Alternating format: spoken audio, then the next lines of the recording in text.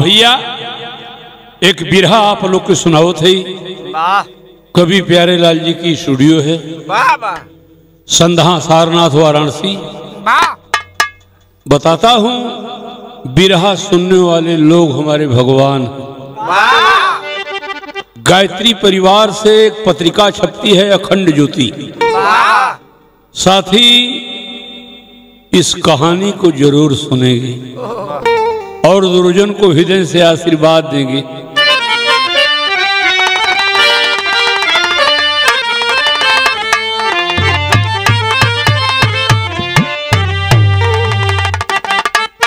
वाह वाह, क्या लिखते हैं भैया प्यारे लाल जी। कर्म अनुसार प्रतिफल मिले सर्वदा, कर्म जैसा करोगे मिलेगा वहीं। तुम बिछाओगे कांटा अगर दर बदर, फूल जीवन में हरगिज खिलेगा नहीं। होती दुनिया में नीयत डवाडोल जब, लोभ में पड़ के फंसता ये इंसान है। घर किसी को सजा यार जिसने दिया, उसको देते सजा जग में भगवान है।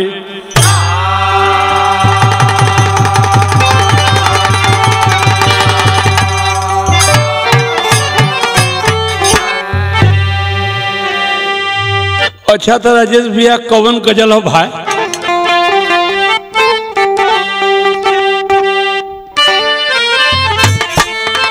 बस बस, तुम अगर साथ देने का वादा करो, मैं वही मस्त नग में सुनाता रहूं।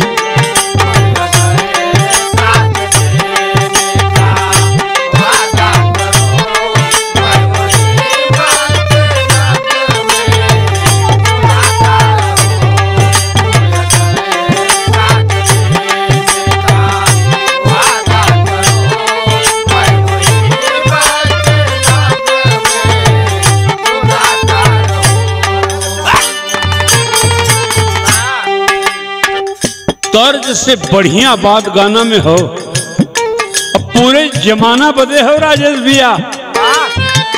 का लिखत हूं प्यारे लाल भैया? केहू कितनो छिपाई अपने कर्तव्य के, केहू कितनो छिपाई अपने कर्तव्य के, कैल करनी कुल आगे उतर जाई हो। छिपाई अपने कर्तव्य के,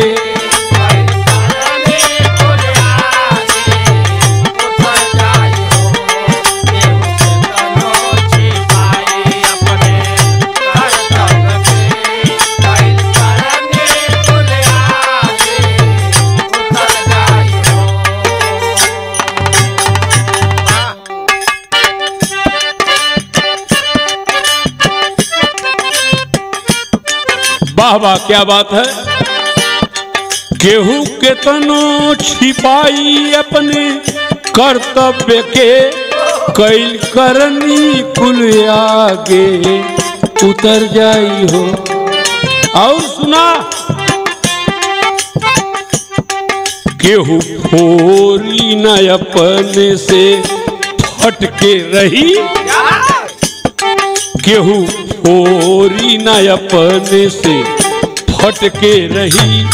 पाप कई घड़ा जहिया भर जाई हो, अपने से पाप कई घड़ा। बहुत अच्छा।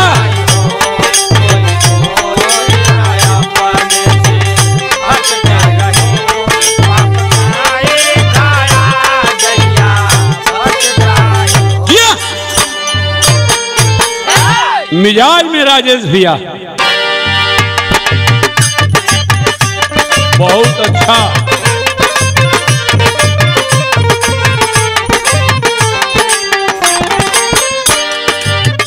अमीरी या गरीबी हो नियत को साफ रखो। अमीरी या गरीबी हो नियत को साफ रखो, कभी ना अपने को समाज के खिलाफ रखो।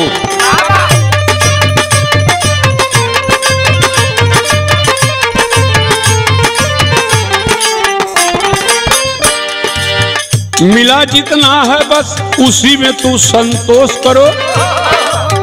मिला जितना है बस उसी में तुम संतोष करो, कभी ना अपने आप को कहीं मदहोश करो।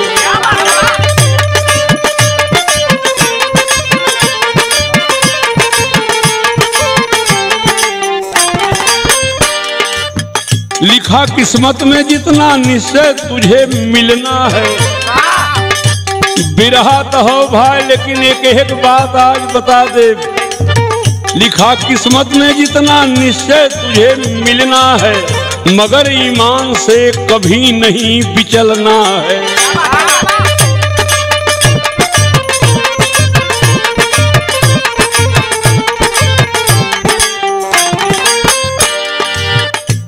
कहाँ का कहानी हो? आंध्र प्रदेश का। आंध्र प्रदेश में मशहूर दो व्यापारी थे, व्यापार साथ में दोस्ती वे किए भारी थे।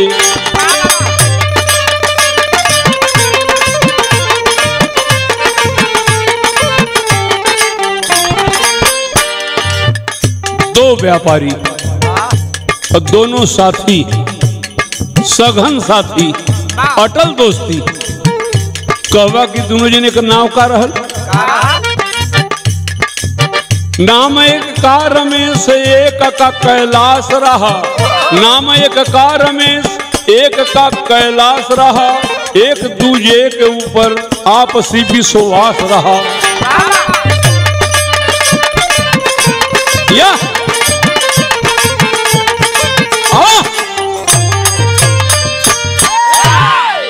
एक जने का नाम रमेश रहल, दूसर का जने का नाम कैलाश रहल। बड़ी सघन दोस्ती रहल। छोटा मोटा व्यापार शुरू कैलन भाई। भगवान का मर्जी भइल। जमाना सस्ती जरूर रहल, लेकिन व्यापार बढ़त गया। पर्दा राजेश भैया पूरा बढ़ी।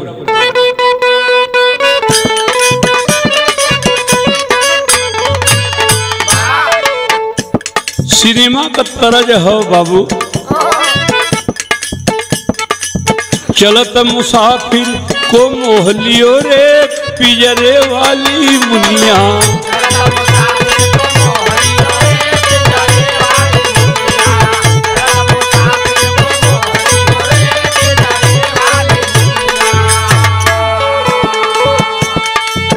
उड़ी उड़ी बैठे हलवैया दुकनिया।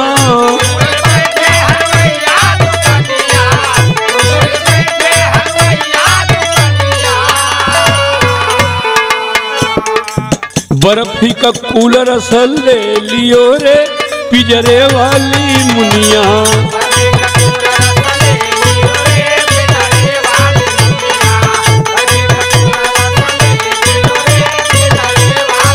वाह, तरज से बढ़िया बात हमारे गाना में लिखल हो। दोस्ती अगर जिंदगी में कैले हुआ तो दुर्जन के बात ही खूटे कठिया लिया लोग कि जे नहीं मतलब का बात करी हो वह दोस्ती निभाई।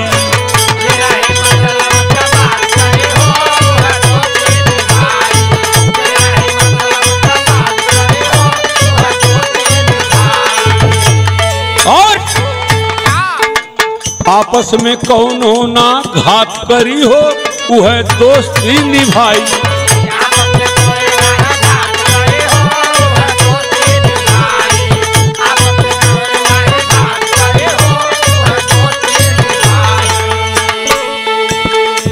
भयल का दोनों साथी का कैलन।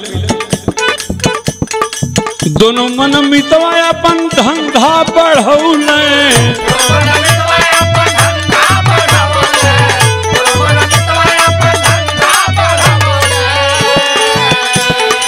चेक 40,000 के उपवल है।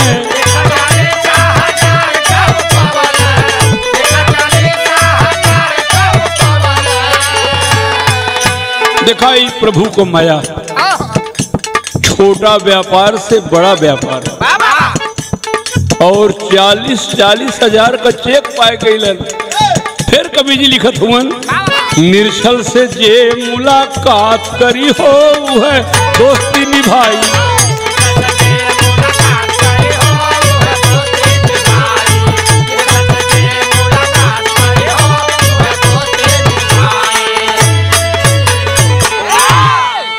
राजेश भैया तनी सा बढ़ सकला ही।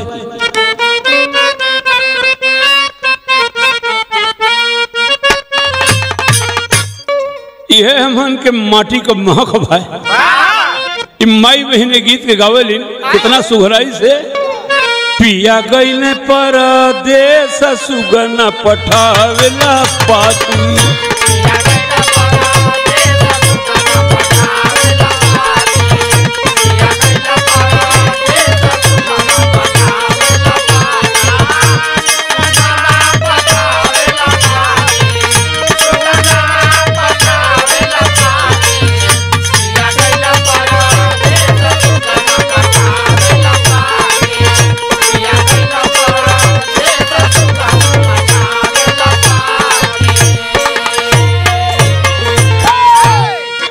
अच्छा तो 40,000 का चेक जब आगल खबर आ गई कि चेक बम्बई में भजी, तो रमेश अपने साथी कैलाश से का कहलन, चेक करल जाई कैसे चल भाई बम्बई सहरिया।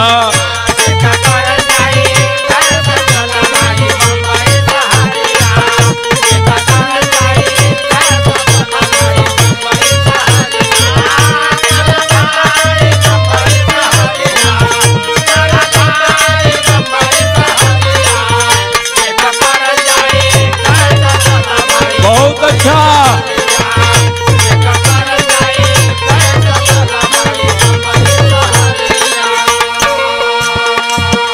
बड़ा खुश हो लोग। कहना सुना चेक बम्बई में भजी, बम्बई चलना हो, जहां मूड होई फ्रेश चल भाई बम्बई सहरिया।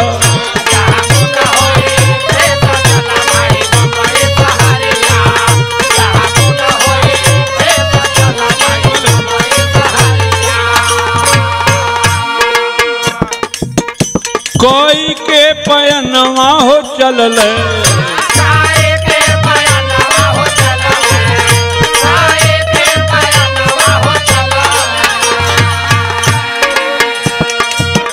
जाई के तरनिया हो धैले।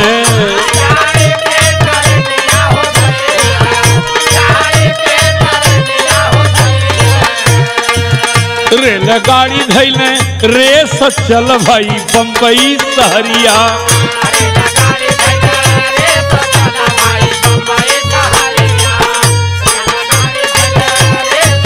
बस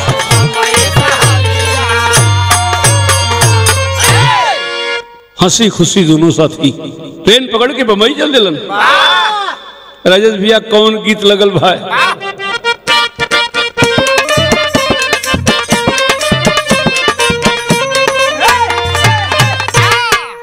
वह तरज हो अब ही उमरिया कबारी हो, अरे बारी हो पिया मंगल गवनवा।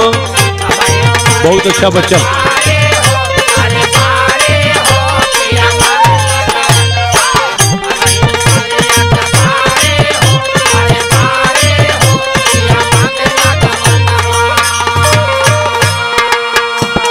एक हमन ऐसा हूँ गाई, पिया कलकत्ता से आवल हो, अरे आवल हो रेशम लिए डोरी।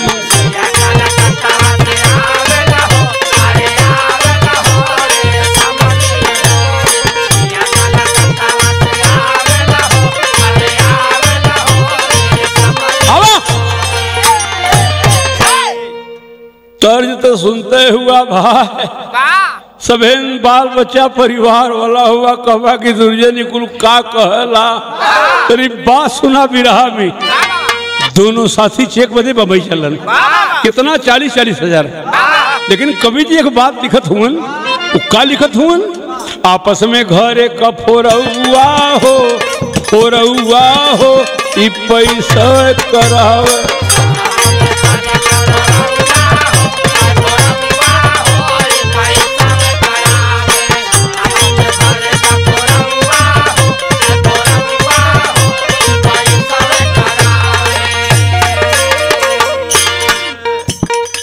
आपस में घरे का फोरउआ हो, फोरउआ हो ई पैसा करावे।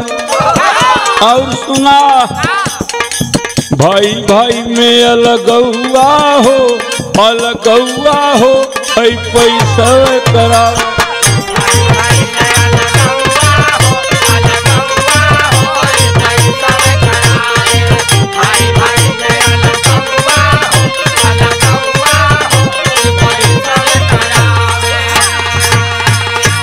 रास्ते में अब रमेश का सोचत हूँ, रहिया में सोचल रमेश अपने मनवा। बाबा बाबा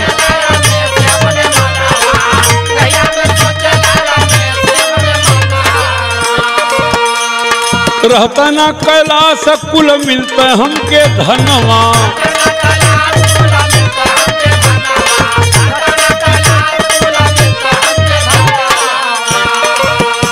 तब कवि जी लिखत हुवन, दोस्ती में लकड़ बझौआ हो, बझौआ हो ई पैसा करा।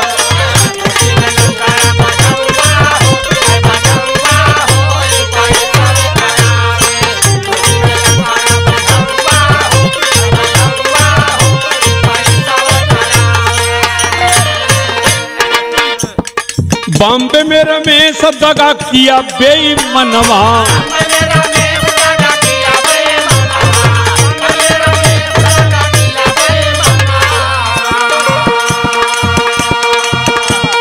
खिलाया कैलाश को जहर वाला पनवा।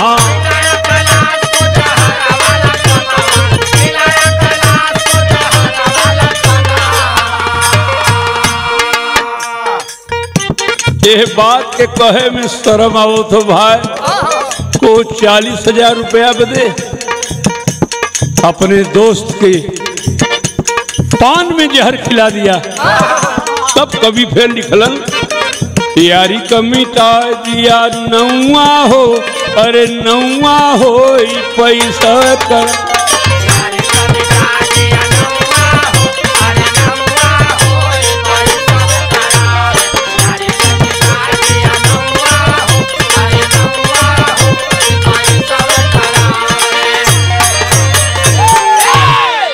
कैलाश को भरोसा नहीं था, मेरा दोस्त दगा करेगा। ऐसे भी हम अगर दूर संग ही जात ही, रास्ते में कहीं आदमी चाय पी लेला, कहीं पान खा लेला, कहना दोस्त पान खा लिया जाए, कहीं खा लिया जाए। लेकिन 40,000 रुपया बदे रमेश पान में जहर मिलाकर दोस्त को खिला दिया। अब कौन लय हो राजेश भैया?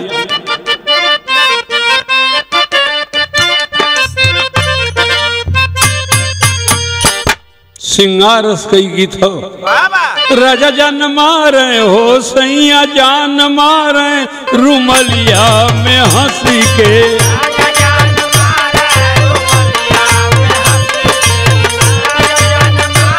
बाबा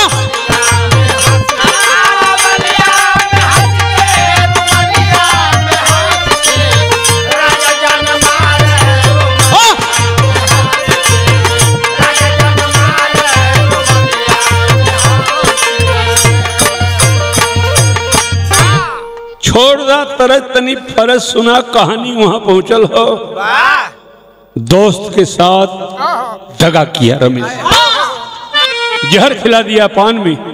रमेश तो गुजर गया, लेकिन कवि जी लिखे शुरू कैलन, फेंकवाया लाश हो, फेंकवाया लाश ड्राइवरवा से मिल के।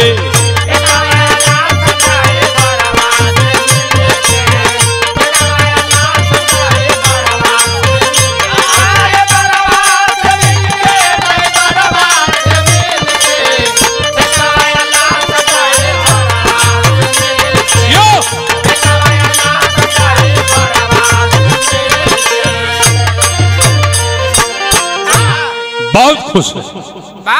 40 नहीं 80,000 का मालिक हो गया।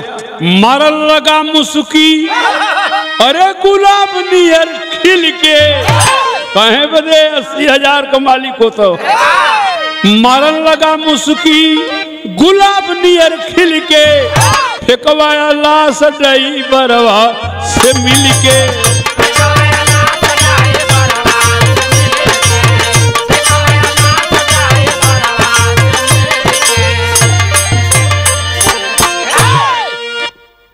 लाश को लापता कर दिया, रुपया 80,000 ले लिया। गद्दार दोस्त रमेश नाम लेने में शर्मा रही है। घरे आयल रुपया ले 80,000 हो, घरे आयल रुपया ले 80,000 हो, 4,000 पहुंचा ले कैलाश के दुआर हो।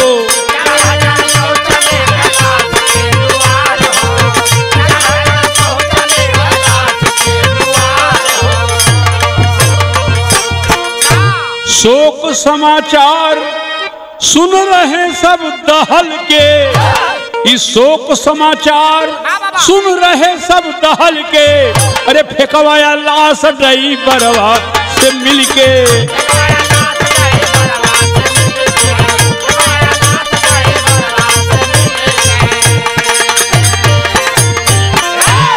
4,000 रुपया लेके दोस्त कैलाश के दरवाजे पहुंचा।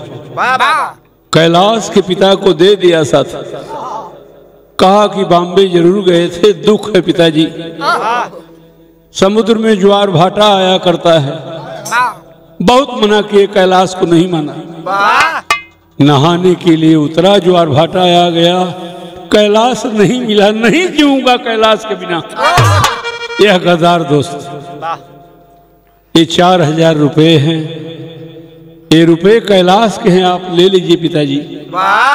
कवि जी की बात टेरी में लिखत हूं।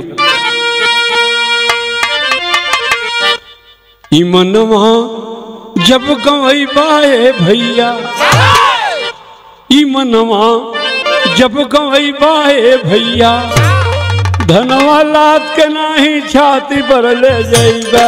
मनवा जब गवई बाए भैया,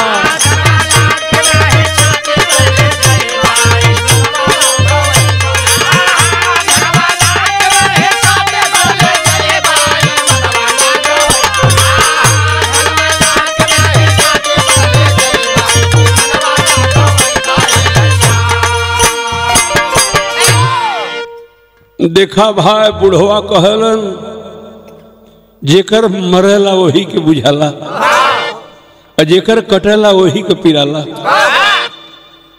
कैलाश के परिवार में का गुजरत हुई हो, लेकिन रमेश की हालत क्या क्या भाई। ठाट बाट से खुशी खुशी है, ठाट बाट से खुशी खुशी है। रमेश घर पर लगा रहन, माल काफी हो। ठाट बाट से खुशी खुशी है, रमेश घर पर लगा रहा। खुशहाली एक घर में आई, पैदा हो गए एक लड़का। समय बीतल, रमेश के दुल्हन के लड़का जन्मल। नाम पड़ल बा विजय पुत्र का, रमेश हो के रहे मगन। 16 वर्ष का बेटा हो गया, विपता एक आई फौरन।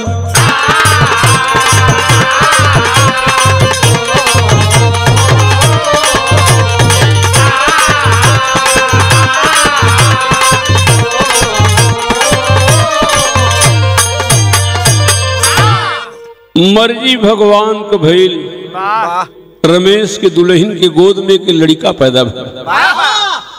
हंसी खुशी बेटवा का नाम विजय रखलन। लड़का बढ़त हो पढ़त हो, बहुत सुंदर लड़का। जब लड़का 16-17 साल का भइल, एक विपत भगवान दिलन। कौन गीत है राजेश भैया?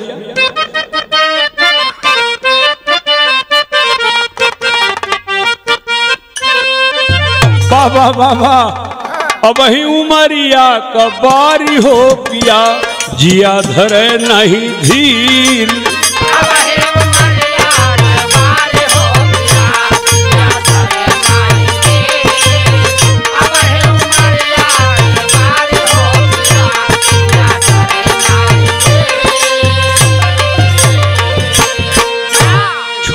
तरह तनी बिरहा सुना विपतिया कौन आइल हो। आ गई विपतिया बा भारी हो देखा,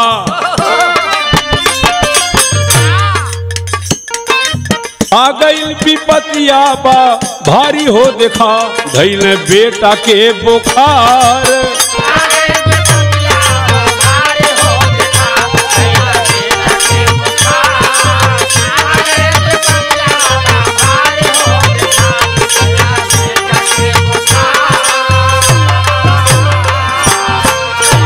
अरे आ गई विपतिया बा भारी हो देखा, धैले बेटा के बुखार। वो बीमारी में का रहल बुखार में, धैले बा माथा के बीमारी हो देखा,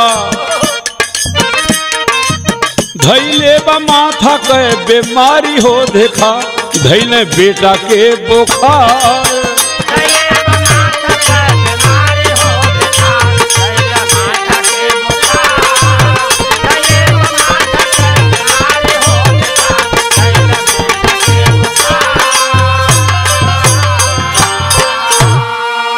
उपचार करावे लगलन, हालत का भइल, हार गई ने वैद्य डॉक्टर घरमा बुला के,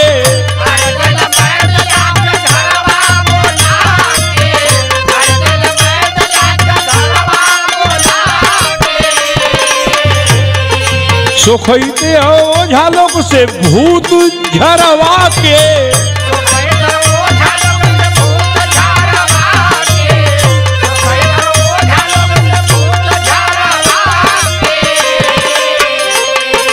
दुख में रोए बाप मतारी हो देखा, धैले बेटा के बुखार।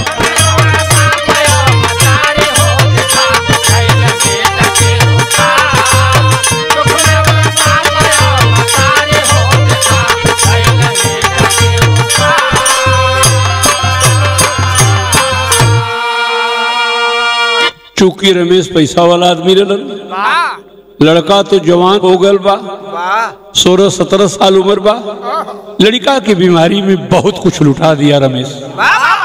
ओझैत सुखैत जे जहां बतौलस वहां गईलन। कौन तरह जो राजेश भाई,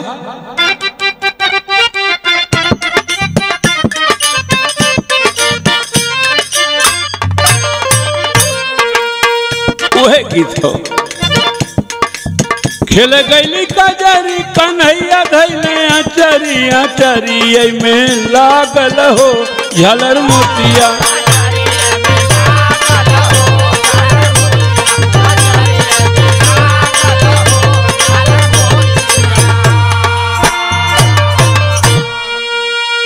बीमारी बढ़ गई है। कवि जी लिखत हूँ, ओझा लेके गई ने कुछ, ओझैत लेके गई ने कुछ, डॉक्टर लेके गई ने हो खूब रुपैया,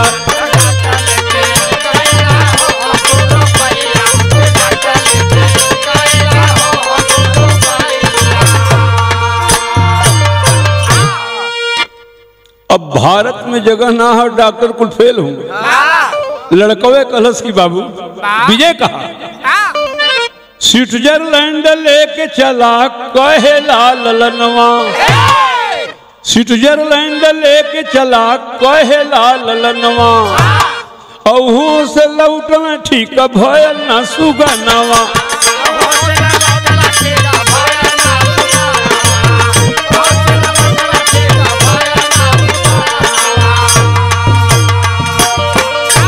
जे जहां बकावे पैसा पानी में बहावे, कुछ दलाल लेके गई न हो खूब रुपैया,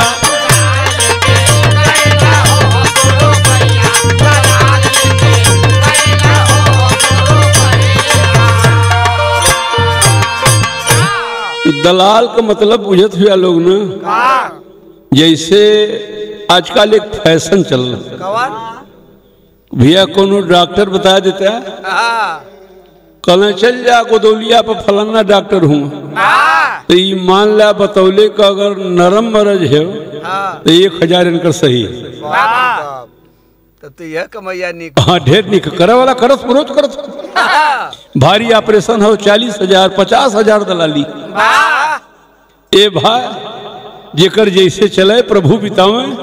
ये दो दोस्तन का कहानी तो लोग के सुनावत है, यही बदे कभी लिख दिलन, यह लिखलन जे जहां बतावे पैसा पानी में बहावे, कुछ दलाल लेके गई न हो खूब रुपैया।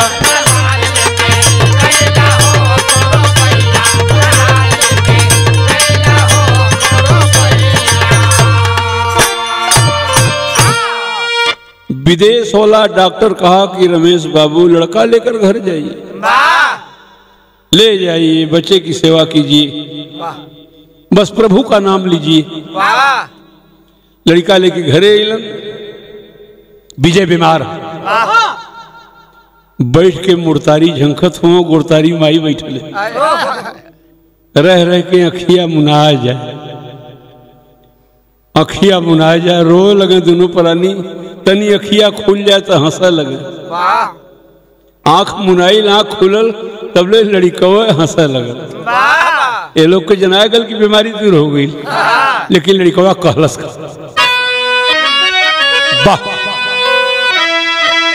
का झंखला बैठ के तू सिरहनवा बाबू चिन्हला ना। विजय का झंखला बैठ के तू सिरहनवा बाबू चिन्हला ना, हसल बा ठट्ठा मार के सुगनवा बाबू चिन्हला ना।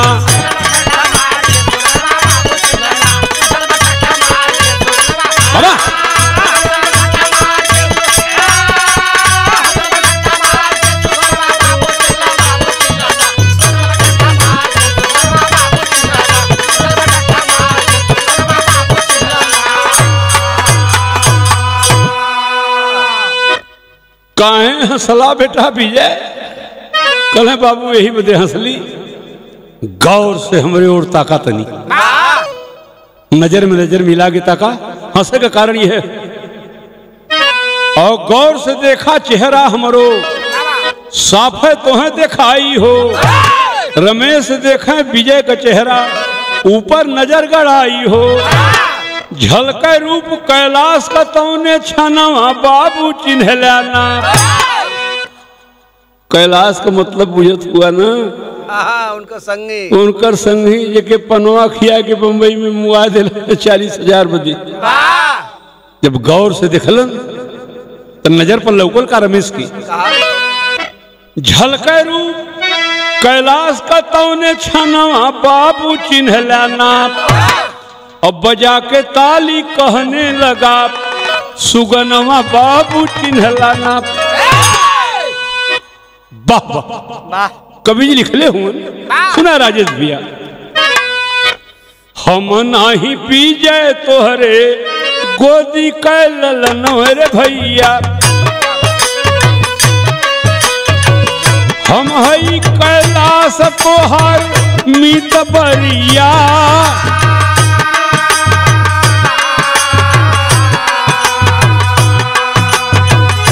पैसा के लोभ में भूलैला मोरे मितवा सुनला, चंद रुपया के खातिर देहला हमके मार।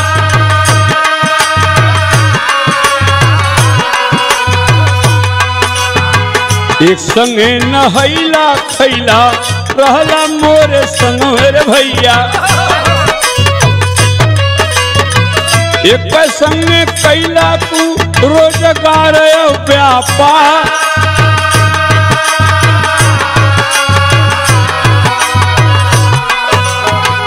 जौने धनवा के खातिर लेहला मोर परनवा भैया, एको कौड़ी तोहरे संगे जाई नहीं या।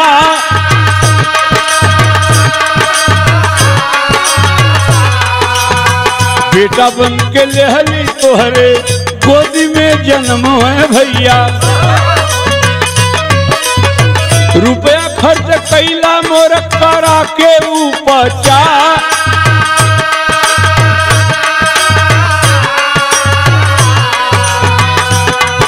और सुनला रमेश भैया विजय ना है तोहर संगी कैलाश है, 4,000 तो हमरे बाबू के दे देला। और खर्चा कितना कैले हुआ? 35,500 रुपया तू उठौला भैया। बाबूजी के देहला तू हमरे 4,000।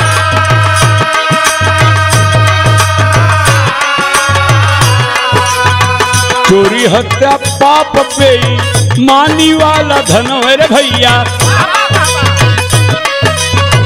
कभो ना फलन तो होई सुना मोरे यार।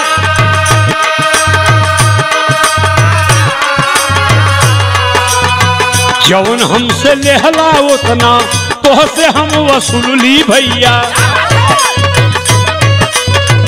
500 का बही तू हुआ कर्जदा।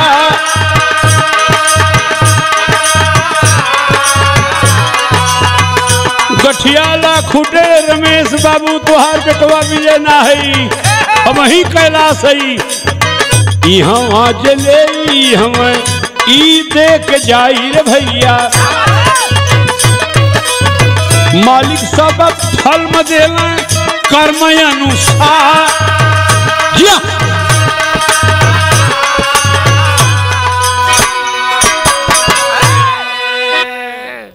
40,000 लेला, 4,000 हमरे बाबू के देला। 35,500 हमरे दवाई में लगाए भेल हुआ। अब वही 500 को कर्जदार रह गए हुआ। झूठे भरमत हुआ तो लड़का हम विजय। एक बात सुन ला, देखा भी रहा अपने जगह हो। पूरा समाज बदे एक बात ही दुर्जन कहता। आखिरी बात है राजेश भैया।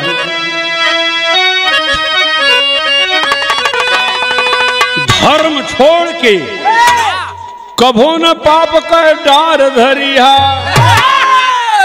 वही 500 से अंतिम संस्कार करिया।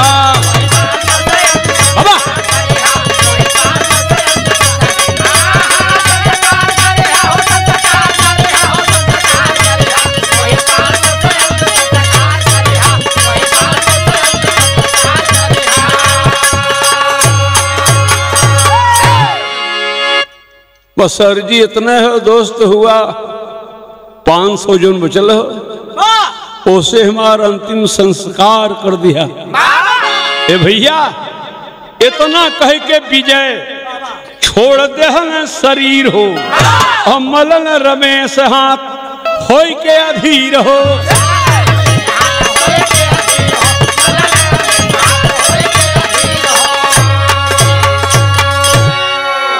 तो सबसे हमार हथजोरी हो भाई। बिरहा तो जरूर गावत है।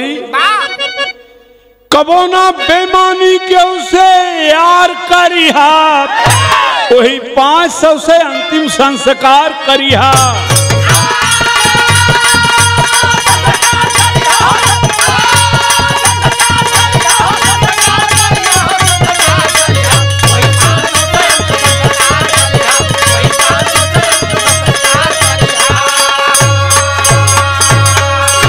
भैया और चितवा सजा के तब रमेश कहें साफ हो।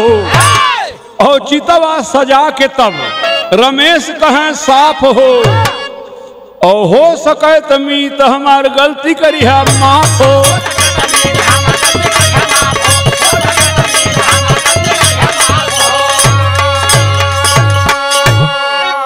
यारी में एक दूजे पर इतबार करिहा। बुझत हुआ महेंद्र ना, अगर दोस्ती करा भाई तो यारी में एक दूजे पर इतबार करिहा। वही 500 से अंतिम संस्कार करिहा। बहुत अच्छा।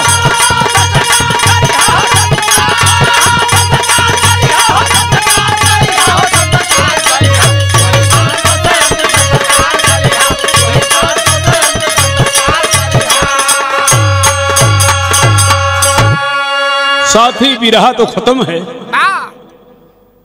इतना कहते कहते विजय कैलाश के रूप में जो विजय था अंतिम सांस ले लिया। संस्कार तो किया लेकिन रमेश भी बैराग ले लिया यार, इतनी बड़ी गलती एक दोस्त के साथ। अरे बुढ़वा कहले हूँ मित्र से कपट गुरु से चोरी की हो निर्धन की हो, यथार्थ है भाई साहब। गुरु बिहारी गुरुपतु ले लिया रमेश बैराग, माया के दुनिया के अक्षय बर आखिर देहल त्याग। इमनमा जब गवई बाए भैया, अरे इमनमा जब गवई बाए भैया, दुर्जन प्यारे लाल तू अगिलो जन्म न सहीगा। इमनमा जब गवई बाए भैया।